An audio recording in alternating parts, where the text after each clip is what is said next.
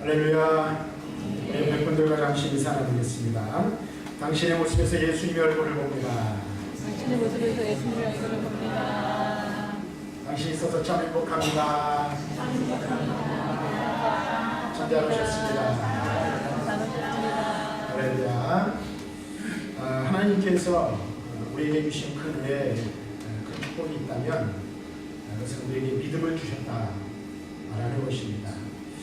그 믿음이 우리를 구원하였고 우리가 그 믿음으로 이 땅을 살아감으로 승리한 그리스도의 삶을 우리 모두는 살 수 있는 줄로 믿습니다. 그리고 그 믿음 때문에 오늘 우리가 이 자리에 모여서 살아계시는 하나님, 그 역사하시는 하나님, 우리의 삶을 주관하시고 우리를 인도하실 그 하나님을 예배하게 된 줄로 믿습니다. 그래서 우리가 믿음으로 살아갈 때에 불가능한 일이 없고 또 믿음으로 살아갈 때 우리가 영적으로나 육적으로 승리하는 삶을 우리는 항상 살게 되는 줄로 믿습니다. 자, 그런데 문제는 어떻습니까? 우리가 이 믿음 때문에 구원받고 이 믿음으로 살아갈 때 승리하고 능력 있는 삶을 살아가지만 때로는 우리가 가지고 있는 이 믿음이 약하여졌어요. 또 어떤 경우에는 과연 내게 믿음이 있는지 내가 믿음을 가진 사람인지 헷갈릴 정도로 또 아무라도 믿음이 연약해져서 우리의 삶이 곤고하고 힘들고 또 어떤 때는 우리가 믿는 그 믿음에 대한 회의에 빠져 고민하고 고통 가운데 거할 때가 있다라는 것입니다. 뿐만 아니라 우리가 그리스도인으로 이 땅을 살아가지만 많은 경우의 사람들이 바로 이 믿음에 대한 확실함을 갖지 못하여서 그것 때문에 마음의 불안함이 찾아오게 되고 또 온전한 그리스도인으로 살아가야 할 삶의 온전한 모습, 온전한 자리에 이르지 못하는 경우들도 종종 보게 된다는 사실입니다. 만약 여러분들이 믿음이 연약하여져서 이 믿음이 여러분이 가지고 있는 그 믿음에 대한 회의 또는 의심이 들 때 여러분들 그 문제를 어떻게 해결하고 계십니까? 우리 한번 생각해 볼 수 있기를 바랍니다. 오늘 우리가 읽은 마태복음 11장 1절부터 6절의 말씀은 우리에게 신앙의 불확실성 또는 믿음의 장애가 올 때에 또는 어떤 이 그 불신의 마음에 우리의 삶이 사로잡힐 때에 그것을 어떻게 해결하고 극복해 갈 수 있는가를 우리들에게 가르쳐주고 있는 말씀이라 할 수 있습니다.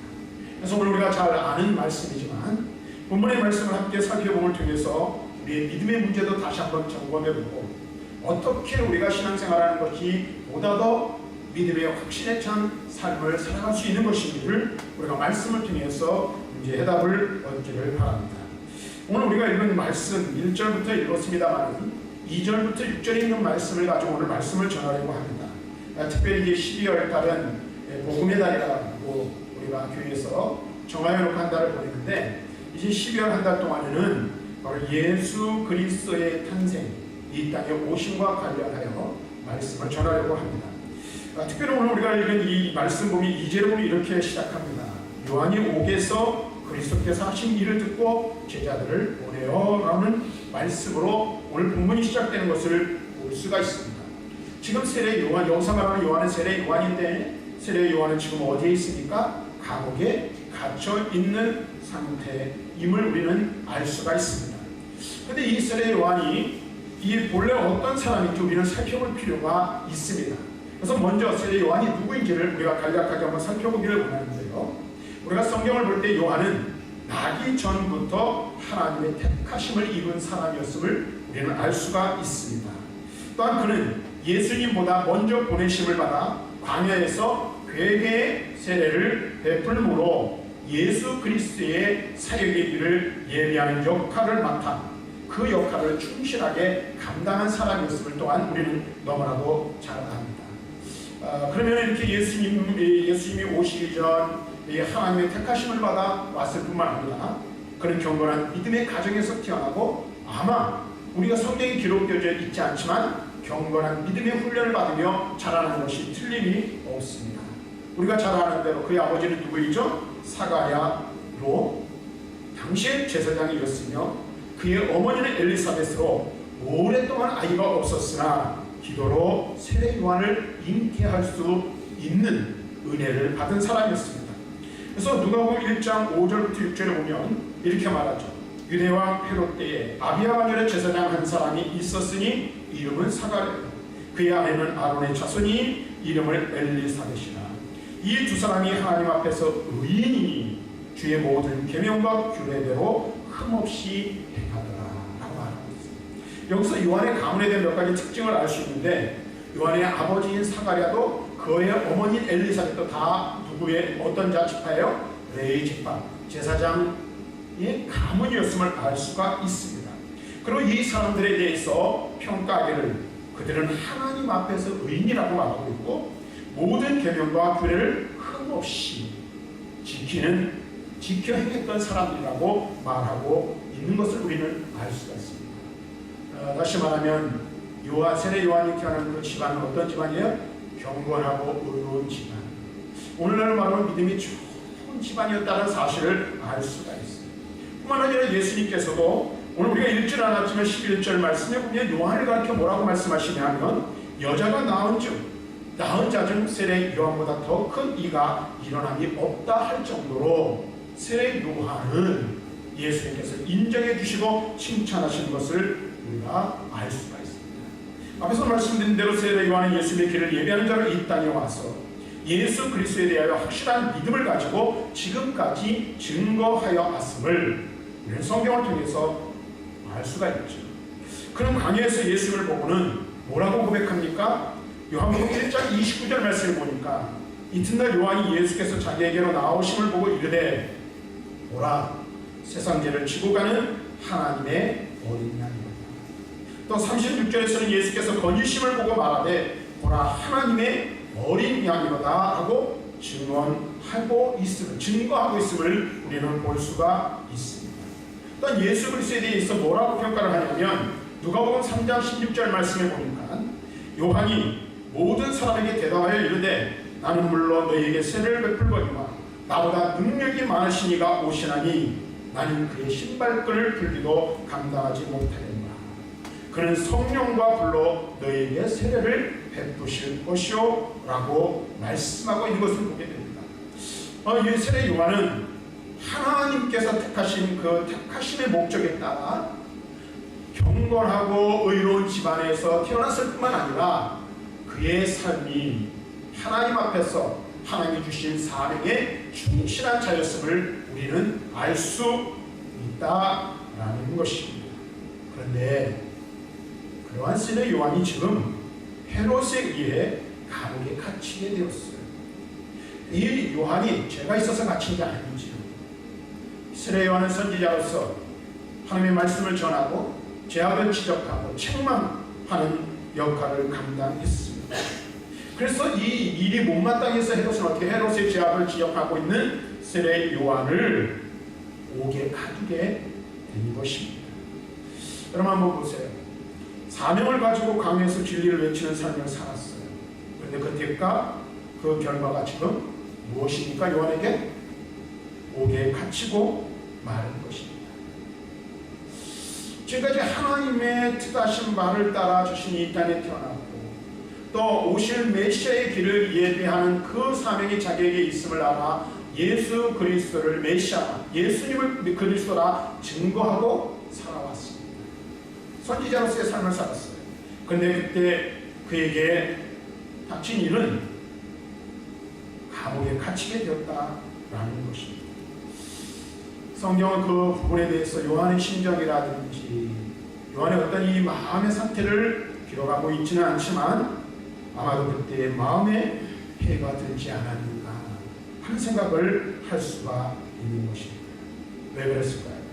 어쩌면 자신이 생각했던 것과는 전혀 다른 자신의 삶이 흘러가는 것에 대한 두려움이 있었는지도 모르겠습니다. 또는 그리스도로 오신 예수님에 대하여 가지고 있던 자신의 생각과 예수님께서 행하시는 일들에 대하여 차이가 있는지도 모르겠다는 생각을 하지 않았을까 하는 생각을 해봅니다. 오늘 우리가 읽은 이 말씀에 보면 이렇게 말하죠. 요한이 옥에서 그리스도가 하신 일을 듣고 제자들을 보냈다라고 말합니다. 요한이 생각하고 있었던 메시아 혹은 그리스도께서 행하시는 그 일과 지금 메시아로 오신 예수 그리스도께서 행하시는 그 일에 차이가 있었음을 느꼈는지도 모르겠다라는 것입니다. 그래서 어쨌든 지금 그의 모습은 마치 의심에 빠진 사람처럼, 혹은 자기가 지금까지 외치고 전화했던 그 일들에 대하여 회의를 느끼는 것처럼 똑같은 모습으로, 그와 같은 모습으로 지금 감옥에 갇혀 있는 것을 볼 수가 있습니다. 이와 같은 말씀을 보면서 우리는 한 가지 생각할 게 있죠. 그것이 무엇일까요? 누구든지 믿음이 흔들릴 수 있다는 거예요. 누구든지 믿음이 연약한 자리에 이를 수 있다는 거예요. 하나님께서 우리에게 믿음을 선물로 주셨어요. 그리고 그 믿음으로 구원받았어요. 그리고 그 믿음을 의지하여 우리가 지금까지 인생을 살며 신앙의 삶을 살아왔어요. 그래서 그 믿음 때문에, 그리고 그 믿음 가지고 우리가 주를 섬기며 주님께서 우리에게 주신 사명들을 감당해 왔어요. 그런데 어떤 때는 내가 걸어가고 있는 이 길이 정확한 것인지, 맞는 것인지, 내가 행하는 이 일이 정말로 하나님 앞에서 올바른 것인지 마음에 의심이 들 때가 있을 수 있다는 거예요. 또 회의가 될 수가 있다는 사실을 우리 요한을 통해서 깨달을 수가 있는 거예요. 그래서 이 목사도, 혹은 우리가 수십 년 믿은 우리 장로님들이라 할지라도 언제든지 우리는 믿음이 연약해질 수 있다는 사실을 인정할 줄 알아야 하는 것입니다. 고백할 줄 알아야 해요. 누구든지 그럴 수 있다는 거예요. 요한을 보면서 우리는 그렇잖아요. 세례 요한의 사역이라든지 또 그가 하나님의 택하심을 받아 이 땅에 와서 행한 모든 일들을 바라볼 때에 그와 같은 사람이 어디 있겠습니까? 예수님이 말씀하신 것처럼 지금까지 여자가 낳은 사람들 중에 요한과 비교해서 비교할 수 있는 사람이 없을 정도로 그는 탁월한 사람이었음을 우리는 알 수가 있다. 근데 그런 사람도 어떻습니까? 믿음에 대한 회의를 가지게 될 수 있다는 사실을 깨닫게 되는 것입니다. 그런데 여러분 보세요. 신앙생활을 함에 있어서 때로는 회의나 의심일 때도 있을 수 있습니다. 그러나 분명한 것 한 가지 사실을 여러분들 꼭 기억하시길 바랍니다. 우리는 거기에 머물러 있어서는 안 된다는 것입니다. 혹은 불신의 길로 스스로 걸어 들어가는 어리석음을 범해서는 더욱 더 안 될 줄로 있습니다. 제가 아주 오래전에 한번 이 얘기를 한 적이 있습니다. 교육자 생활을 할 때 안타까운 일이 하나 있어요. 이게 뭐냐면 이 교회 집사님이시고 신앙생활을 열심히 하고 자녀들 열심히 신앙으로 지도하는 그런 분이었어요. 근데 어느 날부터가 교회를 띄엄띄엄 빼먹기 시작하는 거예요. 그리고 또 아예 이제 교회를 나오질 않는 거예요. 몇 번이고 신방을 갔는데 만날 수가 없었어요. 근데 나중에 알고 봤더니 어떤 일이 있었냐면 이분이 남편이 이제 중장비 사업을 했는데, 건설 사업을 했는데 이 건설 사업에 위기를 맞아가지고 부도를 맞은 거예요. 근데 이 집사님이고 믿음이 좋았던 분으로 알고 있었는데 이분이 그냥 당장 그 어려움이 닥치니까 나중에 알게 됐는데 무당을 모셔다가 기도하고 전쟁에도 찾아가고 그냥 여러 가지 방법을 다 찾아가고 한 가지만 빼고 기도하는 것만 빼고 그런 걸 보면서 신앙 그런 것들을 보면서 우리가 우리의 믿음을 자랑하고 때로는 우리가 겉모습 볼 때 믿음이 있어 보이는 것 같지만 막상 어려움을 당하니까 사람이 저럴 수도 있겠다 라는 생각을 하게 되는 거예요. 여러분들 위기 앞에 있을 때 여러분 삶의 큰 어려움이 여러분에게 닥칠 때 과연 여러분의 믿음을 잘 보장하고 유지할 수 있는 거예요. 또 내가 걸어가고 있는 이 길 속에서 내가 인생의 위기로 말미암아 큰 어려움 앞에서 과연 나는 믿음을 붙들고 다시 일어설 수 있는 용기가 있는지 한번 살펴볼 필요가 있어. 오늘 요한의 모습에서 그것을 발견할 수가 있습니다. 그와 같은 문제 앞에서 우리에게는 보다도 확실한 문제를 해결할 수 있는 지혜가 필요하다는 것이죠. 그래서 세례 요한은 지금 자신이 맞닥뜨리고 있는 문제를 어떻게 풀어가고 있는지를 볼 필요가 있어요. 세례 요한은 지금 직접 자신이 이 문제를 가지고 예수님께로 나아갈 수는 없었어요. 왜 그럴까요? 그는 지금 감옥에 갇혀있기 때문입니다. 그래서 그가 할 수 있는 최선의 것을 선택했습니다. 그것이 바로 자신의 제자들을 예수님께 보내는 거예요. 그리고 자신이 가지고 있는 문제를 가지고 예수님께 질문을 던지는 것이었습니다. 뭐라고 말합니까? 예수께 여짜오되 오실 그분이 당신이 맞습니다. 라고 질문을 하고 있는 것입니다. 이 모습을 통해서 우리는 무엇을 깨달을 수 있습니까? 우리는 다양한 문제를 만날 수 있습니다. 인생의 다양한 어려운 일들 가운데 우리는 맞닥뜨릴 수가 있습니다. 그리고 그것이 우리의 믿음을 흔들 때가 있기도 하다는 사실을 우리는 먼저 인정해야 합니다. 근데 그 문제를 가지고 어디로 나가야 하느냐 하는 것입니다. 세례 요한은요, 자기가 품고 있는 그 문제, 마음에 드는 회의 혹은 그것을 의심이라고 말할 수도 있겠죠. 그것을 가지고 다른 데 가서 해결하려고 하지 않았어요. 그분께 직접 가지고 나아갔던 것입니다. 물론 자신이 직접 나아가지는 못했지만 그의 제자들을 통해서, 그분을 통해서 직접 대답을 듣기를 원했던 것입니다. 그래서 묻습니다. 오실 그분이 당신이 맞습니다. 어떻게 보면 이 질문이 참 어리석은 질문처럼 보일 수도 있습니다. 그런데 요한은 지금 어떻게 하고 있습니까? 자신이 마음에 품고 있는 문제, 자신의 마음의 상태, 그 모든 것들을 그대로 솔직하게 예수님께 이야기하고 드러내고 있다는 사실을 우린 요한을 통해서 알 수가 있습니다. 여러분, 인생의 문제를 만날 때, 어려운 일들을 당할 때 여러분들은 어떻게 하고 계십니까? 믿음의 해이가 들 때, 또는 불확실한 어떤 내 믿음의 상태로 인해서 어찌해야 할지, 어디로 가야 할지 알지 못할 때 과연 여러분 그 문제를 어떻게 해결하고 있습니까? 목사님 뻔한 얘기를 하시는, 늘 하던 얘기 하시네, 그럴 수 있지만 그럴 수밖에 없습니다. 네. 우리가 가지고 있는 모든 문제를 근본적으로 해결해 주실 수 있는 분은 오직 한 분밖에 없다는 사실을 너무나도 잘 알고 있기 때문에 그렇습니다. 우리는 그것을 알면서도 어떻게 해요? 어떤 때는 그분을 찾지 않습니다. 그분께로 나아가지 않습니다. 그분을 의지하지 않습니다. 어찌 보면 이것이 우리의 더 큰 문제인지도 모르겠습니다. 여러분은 어떻습니까? 여러분 스스로 무언가를 해결해 보려고 노력하고 있습니까? 아니면 다른 사람을 의지하거나 세상의 다른 방법을 혹시 찾고 있지는 않습니다. 우리는 세례 요한을 본받을 필요가 있습니다. 무엇을 본받아야 합니까? 자기 마음속에 그분에 대하여 불확실한 마음이 들 때에 그것을 가지고 다른 데 가서 해결하려고 했던 것이 아니라 그 질문, 그 마음, 그 상태 그대로 가지고 그분 앞에 내려놓고 있다는 사실, 우리는 배울 필요가 있습니다. 왜 그럴까요? 예수님은 요한이 의심하였던 그것처럼 거짓 때문이 아니시기 때문이었습니다. 마음의 회의가 들어서 정말로 저분이 메시아입니까? 정말로 저분이 예언에 하나님께서 보내시기로 한 그분 맞는가? 내가 정말로 그 일에 쓰임받은 것이 맞는가 할 때 어떻게 그분께 나아가 당신이 바로 그분이 맞습니까? 라고 묻고 있는 것입니다. 예수님 우리의 모든 문제를 해결하실 수 있는 분이십니다. 예수님 우리의 모든 필요를 아시는 분이시라는 사실을 우리는 알아야 합니다.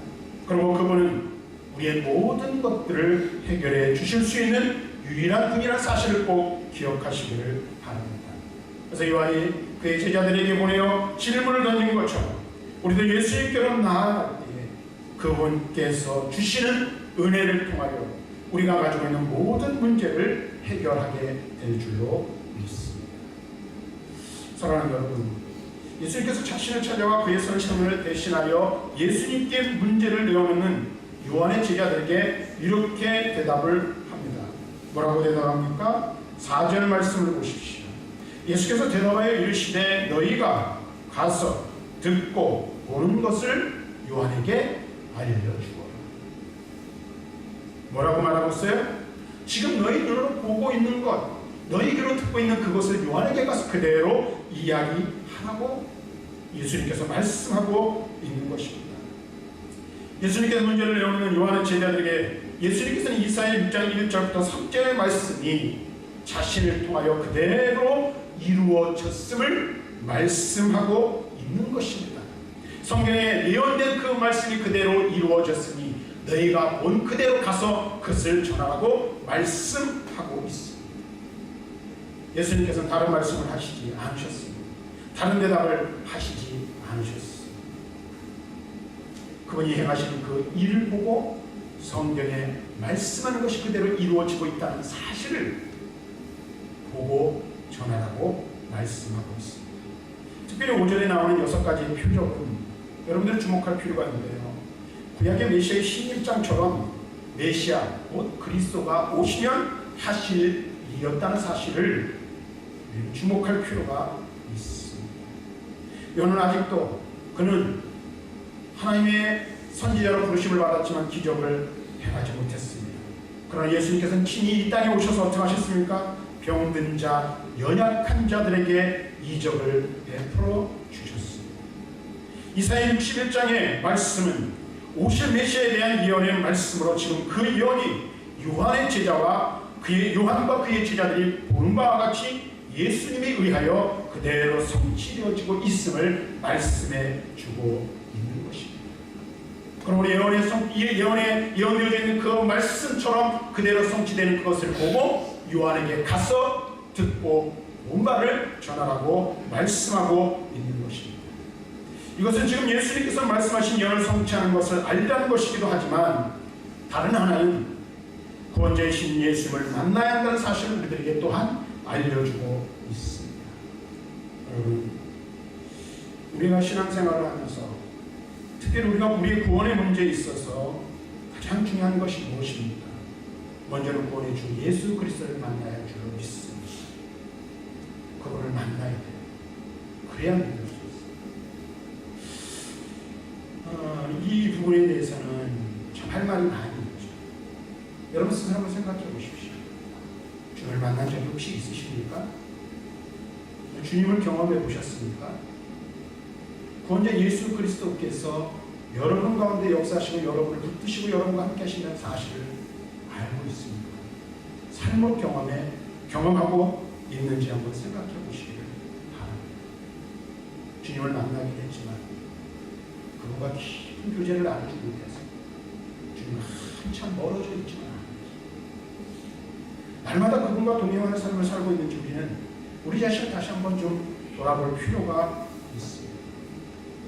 그분을 만나야 구원받을 수 있고 그분 안에 거할 때에 우리는 인생에 어떤 문제를 만나든지 그 모든 문제들을 해결하고 승리하는 자리에 이를 수 있게 되는 것입니다. 우리가 만난 예수, 우리가 믿는 예수는 누구이십니까? 그분은 어떤 분이십니까? 요한이 물어요. 오실 그분이 당신이 맞습니까? 우리가 만나고 우리가 믿은 그분이 구원자 예수 그리스도라는 사실 여러분 확신하고 있습니까? 예수님이 이 땅에 오신 참 구원자이십니다. 예수는 성경에 예언된 바로 그분 곧 구세주이십니다. 예수님께서는 예언되어 이 땅에 오셨고 구약의 예언을 성취하심으로 자신의 메시아 곧 그리스도 되심을 증거하셨습니다. 그분이 십자가에 죽으심으로 저와 여러분들을 죄에서 구원하여 주시고 우리를 하나님의 거룩한 자녀 되게 하셨다는 사실을 우리는 분명히 알아야 합니다. 그 믿음으로 구원받았고 그 예수를 만남으로 말미암아 우리가 하나님의 거룩한 자녀 되었습니다. 그러나 앞에서 말씀드린 대로 우리가 이 믿음으로 구원받고 이 믿음으로 살아가지만 이 믿음이 연약하여져서 마음의 의심이 들 때가 있을 수 있다는 것입니다. 믿음에 대한 회의가 될 수 있다는 사실입니다. 그러나 변하지 않는 진리 한 가지가 있다는 사실 여러분들이 꼭 기억하시길 바랍니다. 그리고 그 진리를 붙들 수 있기를 바랍니다. 그것이 무엇입니까? 나의 의심과 나의 회의와 상관없이 예수님은 확실한 구세주시오 우리를 죄에서 구원하실 수 있는 유일한 분이시며 인생의 모든 문제를 근본적인 모든 문제를 해결해 주실 수 있는 유일한 분이시라는 이 사실을 꼭 기억하실 수 있기를 바랍니다. 사랑하는 성도 여러분, 12월은 앞에서 잠깐 말씀드렸지만 구주 탄생을 기념하는 날이 있는 달이죠. 그래서 이 달은 우리 교회가 복음의 달을 지키고 있습니다. 우리가 복음의 달을 맞이하여 12월 한 달을 여러분들 보내면서 다시 한번 우리 주 예수 그리스도의 구주되심을 기억하고 마음에 새기는 복된 달이 될 수 있기를 바랍니다. 믿음의 해가 될 때 또 불확실한 삶의 자리에서 어찌해야 할지 알지 못하여 당황할 때 십자가 아래로 나아가시길 바랍니다. 예수님께로 나와 예수 그리스도 길 되신 예수 그리스도를 다시 만나는 은혜가 있기를 바랍니다. 그분이 우리를 만져주시고 회복케 하시는 은혜를 경험하는 저와 여러분들이 되었으면 좋겠다 하는 생각을 갖습니다. 오직 우리의 참된 구원자 되신 예수 그리스도께로 나아가 하나님 주시는 은혜와 능력을 경험하며 그리고 하나님 앞에서 믿음을 회복한 믿음의 능력을 회복하는 저와 여러분들이 되기를 주님의 이름으로 간절히 축원합니다.